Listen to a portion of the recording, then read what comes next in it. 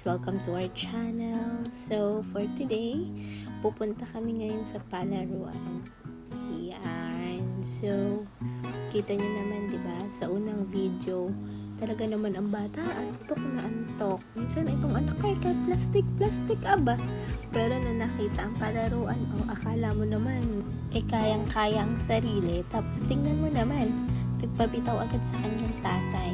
Yan yung mga gusto niyang laro, yung mga activities na talaga namang akala mo ay mababalian at masasaktan siya ng sobra-sobra. So, ayun na nga, praise God sa magandang panahon. Tingnan nyo naman, ganda talaga ng view dito.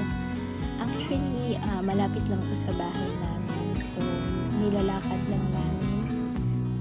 Hindi naman kami laging lumalabas. Madalas nasa bahay lang kami. So, pag walang pasok si Marvin, yung dada namin, edi nag-grab kami ng chance na makaalis ng bahay or maipasyal yung bata. Kasi sa totoo lang, nakakaawa din naman yung anak namin pag lagi lang sa bahay.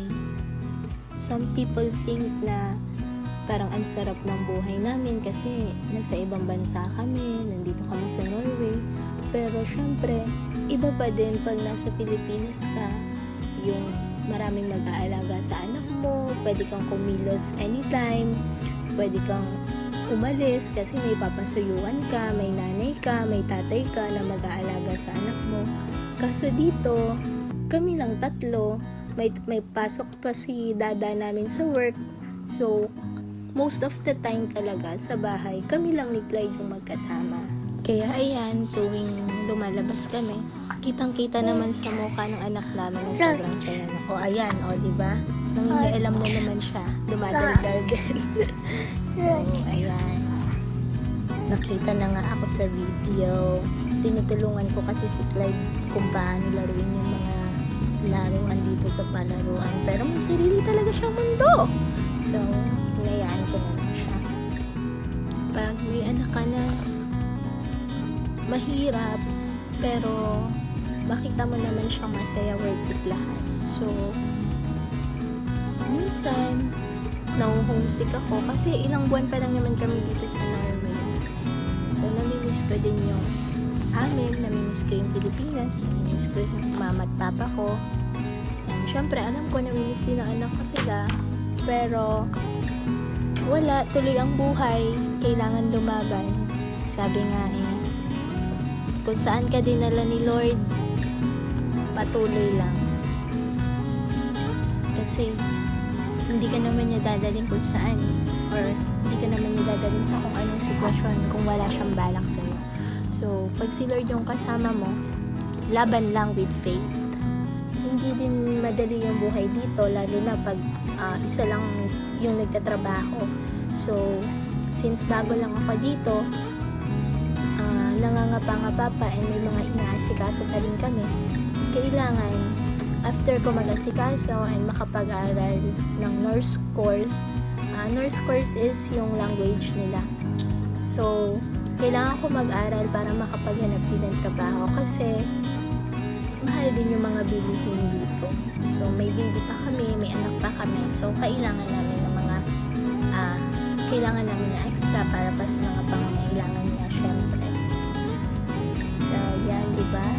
Tuwang-tuwa siya sa mga pinagagagawa niya sa buhay niya. May paikot-ikot pa. Oh, pogi talaga ng anak ko ba? So, yun nga. Ano pa ba sasabihin ko sa inyo, mga Jai? Yan. So, back to video tayo. So, yan, nagtalampuhan na ako. So, yan. Mag-slide silang magtatay. Tingnan nyo naman. So far, linis ng slide nila. So, pinag-slide din ako dyan ni Marvin. Pero, ayoko kasi masakit sa puwet. At dahil gusto mag-slide, napilitan si Dada. So, ayan. Ngayon, pupunta naman kami sa ibang destination. Nagsawa na kami doon sa palaruan na isa. Ito naman, school to. Tapat lang to ng bahay namin halos.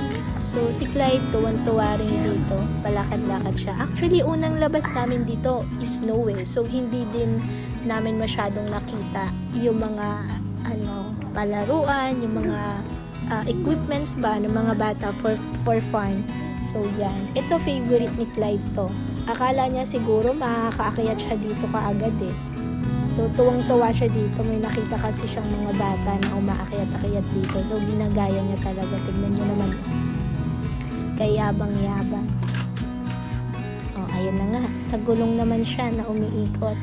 Actually, kahit ako, hindi ko to kayang patakbuhin eh. Na-outbalance din ako. So, yan. Nakakatuwa naman si Clyde kasi super bibo and super active niya na bata. Di man siya katabaan, pero carry lang, basta walang sakit. So yan, lumipat na naman kami sa ibang palaruan nito. Ang kanyang ama, supportive tatay. Talaga, tuwan-tuwa sa kalokohan ng anak. So malapit na din matapos ang video na ito. Maraming salamat sa pakikinig at pagsama sa amin. Nawa magkita-kita pa rin tayo sa mga susunod na video. Please subscribe to our YouTube channel, Pinoy Fam in Norway, and hit the notification bell para ma-update kayo sa aming mga susunod na video. Bye-bye!